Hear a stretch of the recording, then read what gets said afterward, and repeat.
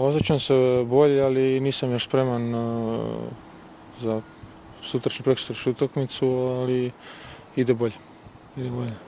Očekujem, protivnik je manje više nije bitan, bitno je da mi damo 100%, odnosno igrači koji izađu na teren i pred našom publikom otvorimo sezonu na našem stadionu na najbolji mogući način, a to je prolazak u narednu rundu.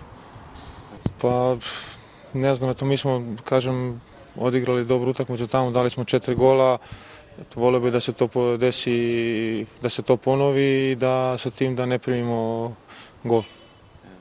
Težak rival jeste, ali da li je žreb naklen ili ne, ja to ne mogu u tome da komentarišem. Očekujem teške utakmice, težak dvomeč, ali verujem u ovu ekipu. Mislim da Partizan ima sve preduslove za uspeh ovu sezonu i to je ono što ja mogu da kažem kako se ja osjećam u ovoj ekipi.